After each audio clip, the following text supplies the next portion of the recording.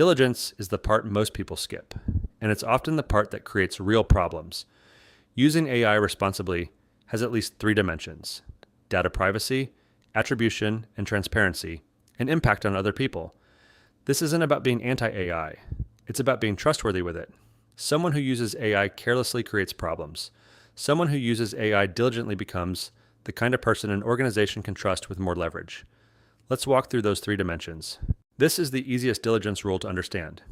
If you wouldn't email it to a stranger, don't paste it into a public AI tool. That includes client data, personal information, passwords, confidential contracts, financial records, health information. Anything sensitive enough that unauthorized access would matter. A lot of companies now provide approved AI tools with stronger privacy controls. If that's available to you, use it. If you're not sure what the policy is, find out before you use public tools for sensitive work. Here's the thing. Most AI misuse isn't malicious. It's casual. Someone's in a hurry. They paste too much. They don't think about where that information is going. So build the habit now. Protect the input, not just the output. Here's the rule that matters most. If AI wrote it and your name is on it, you're still responsible for it. If it's wrong, that's your problem. If it's misleading, that's your problem. If it creates confusion or reputational damage, still your problem. Now, disclosure norms vary. In a lot of business contexts, you don't need to announce that AI helped you draft an email, any more than you'd announce that spell check helped you fix typos. But there are contexts where disclosure matters a lot more. Academic work, journalism, grant submissions, some regulated industries, some client relationships. Diligence means understanding the norms of your environment. It also means knowing the difference between using AI as a productivity tool and using AI as a ghostwriter in a context where your original thinking is what people are actually paying for. That distinction matters. There's a human side to this that matters just as much as privacy and accuracy. AI can reproduce bias because it learned from human written text, and human written text contains bias. So if you're using AI to evaluate, describe, filter, or write about people, you need to be more careful. That's especially true for hiring-related content, performance feedback, disciplinary language, or difficult and emotional communication. There's also the interpersonal issue.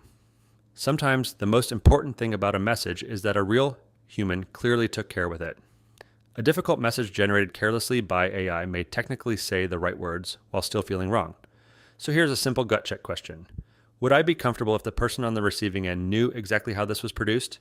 If the answer is yes, that's usually a good sign. If the answer is no, pause and ask why. Often your discomfort is pointing to something real. Think of a real task where you might use AI in your work. Now run it through three questions. First, does this involve any sensitive data I shouldn't paste into a public tool? Second, is there any disclosure expectation or policy I should know about? Third, would the person affected by this output feel okay about how it was produced? This isn't about making AI feel scary. It's about building the habit of thoughtful use.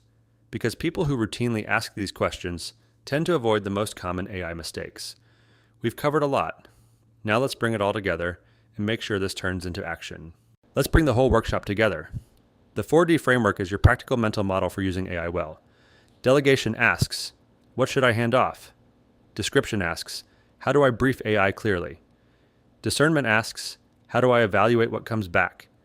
Diligence asks, is this appropriate, responsible, and safe?